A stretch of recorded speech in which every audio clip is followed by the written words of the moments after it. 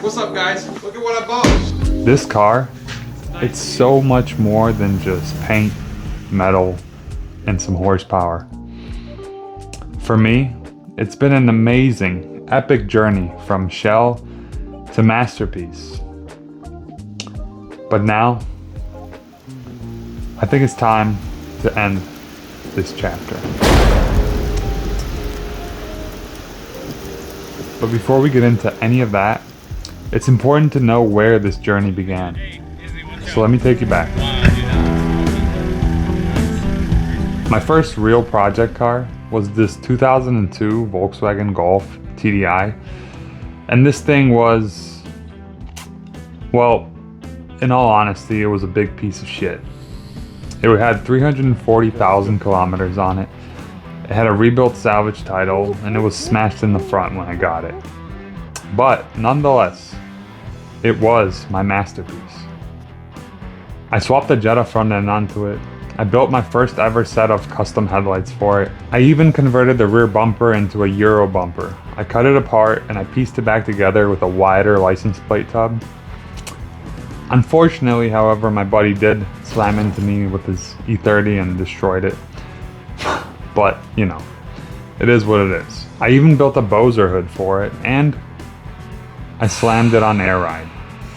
This was the first time that I ever worked with air ride, the first time I ever built a Bowser hood, the first time I ever built headlights, the first time I ever modified a rear bumper.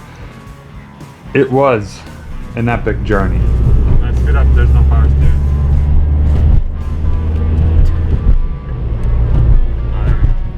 Alright. What's up, guys? What's up?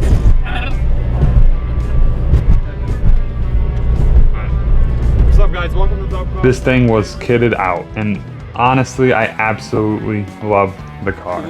Too low to the ground. Too low. What did I tell you? How many times I gotta tell you? You gotta at least be half an inch off the ground, bro. But at the end of the day, this was still a 2002 Volkswagen Golf with nearly 250,000 miles on it. And deep down, I wanted to step things up.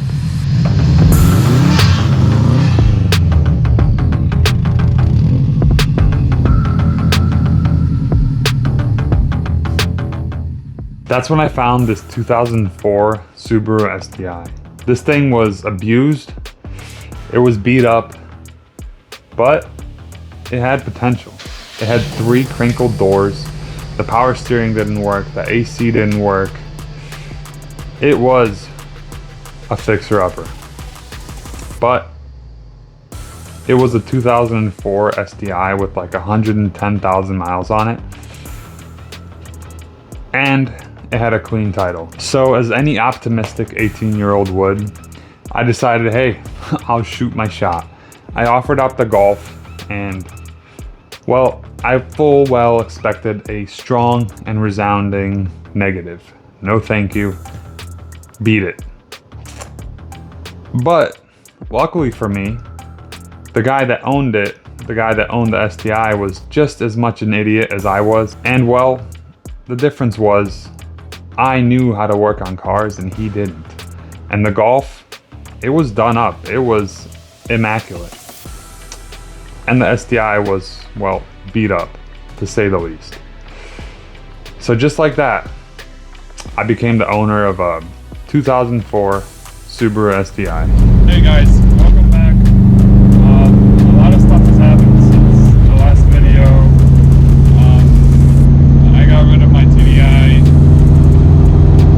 and I got this STI that I'm driving right now. Hey guys, welcome back to Dub Club. Today we're going to be putting the turbo into my car. It's really a simple process. All you got to do is open the hood and find a place to put it. Let's see if it'll fit in here. No, not in here. Maybe in here. Perfect. Now, turbo's in, instant 5,000 horsepower. That's funny as fuck. Look at this. If you're a Subaru guy or gal, put your favorite STI body down in the comments below. That winter, I decided I was gonna fix everything about the STI that was beat up or messed up or some way or another just screwed up. Put some lube on it real quick and slide it in.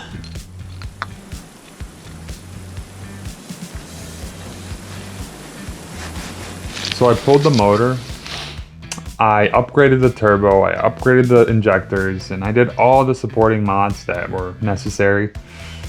And while I was in there, I decided I was going to repaint the engine bay.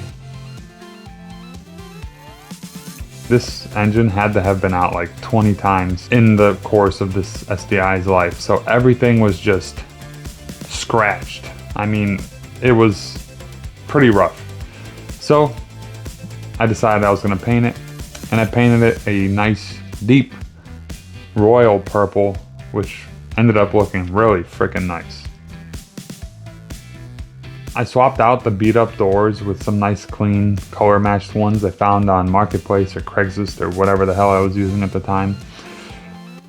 And that was it. I threw the car on the dyno. It made 312 wheel horsepower, which was right where I wanted to be. I mean, if you go anywhere above 320 with an STI, you're risking blowing up the stock engine. So this was perfect. It was a blast to drive this thing.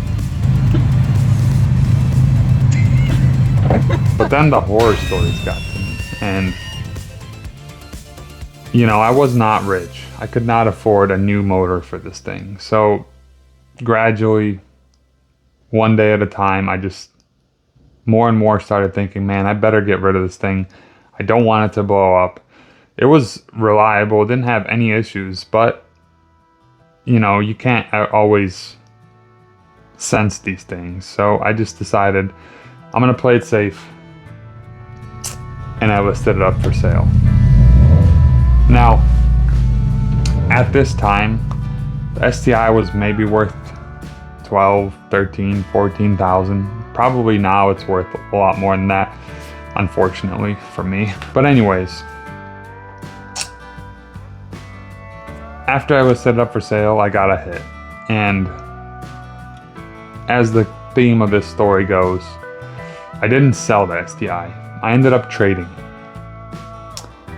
And I traded it for a Dodge Challenger, but not just any Dodge Challenger. This was the crappiest version. Rear-wheel drive, V6, automatic, nothing cool about it at all. But it was like a year old and it had like 16,000 miles on it. And I knew that if I got this Challenger, I could take it to a dealership and get like a $16,000 check on the spot. And that's exactly what I did. So I needed a new project. I started scouring Facebook Marketplace, and eventually I landed on this, the Eclipse. This thing was, well, it was $1,500, so that should tell you roughly the condition that it was in. I mean, there was no rust on it, but this thing was a project. When I picked the car up, it was literally packed to the brim with parts. The paint was all faded. The engine was just hanging in there. Nothing connected to it at all. The wiring was all messed up. There was wiring missing. There was just... This thing had been sitting for years inside this guy's barn, and, well, I don't think he had any intentions of ever finishing it. But for $1,500, I got the shell, rust-free shell.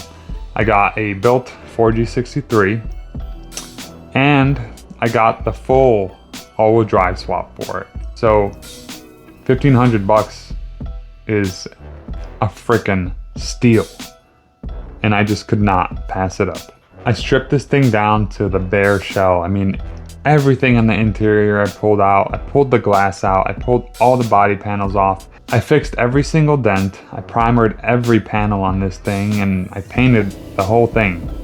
Inside, outside, everything was done by me. I verified everything in the engine, and it was, as the seller said, rods, pistons, everything he said everything was true. So I got a built engine, clean shell, with an all-wheel drive swap, again, for $1,500. I wanted this to be the most cleanest example of a 2G Eclipse that I could possibly ever produce. And, well, I think I succeeded.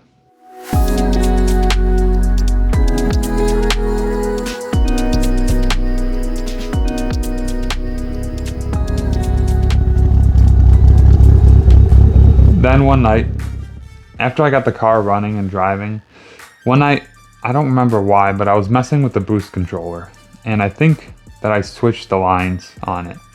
And well, I decided to do a pull right past a Prius, and I blew that damn thing up. So here's the windows into the block, and you come to this side and you're like, wow, that's pretty bad, right? But if you look at the other side, if you look at this side over here, this side is completely freaking blown out. Actually, ironically enough, when I had the Subaru, everybody was telling me, you know, it's gonna blow up. You gotta get a Mitsubishi, a 4G63, those will never blow up. And my Subaru never blew up. And this is like... This was a nightmare. But this did not deter me. I just went out and I bought another engine. I had it machined, I put new pistons, rods in it, made sure everything was good, and put it back in the car, and the car has been running ever since. This car has been the most epic journey. I've learned so much. I've learned to weld stainless, aluminum, I've learned how to paint, I learned how to retrofit headlights, how to truly retrofit headlights, taillights. I mean, this car has taught me more than any other car that I've ever owned. There is a full build series of it out there. I'll link it down below. It's a little rough, so. It's actually very rough, sorry. Anyways, fast forward to today, and somehow, I have no idea how, but somehow, I've got over 25 grand in this thing. But, I got a nice Eclipse. This Eclipse has been my greatest teacher. But the truth is, for me, it's not really about the car. It's about what I can learn from doing whatever it is that I'm doing to it. And lately, I haven't been doing anything to the Eclipse. I haven't been driving it. I haven't been working on it. It's just been sitting. If there's anything that this Eclipse has been teaching me lately, it's the importance of knowing when one chapter is over and when it's time to move on to the next. If you've ever had a car that's drained your wallet but has taught you everything you know, drop the story down in the comments. This Eclipse is a piece of me. Every mistake, every late night, and every single win. It's all here. Oh, she's hitting.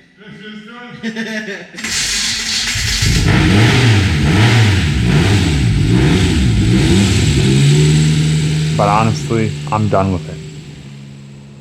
I want a new chapter. I want a new project. I want a new set of lessons. So, it's up for sale. And when it goes, I'm building a dedicated race car.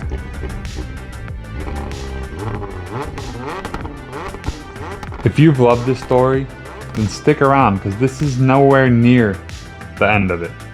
This is just the beginning. I'm Taras, and this is Objective Garage, where we wrench with heart, speak the truth, and always keep it real. Thank you guys for watching. Really appreciate you guys. Subscribe, brother. No, but really subscribe, because we need to get them subs up, guys. So, thank you. See you in the next one.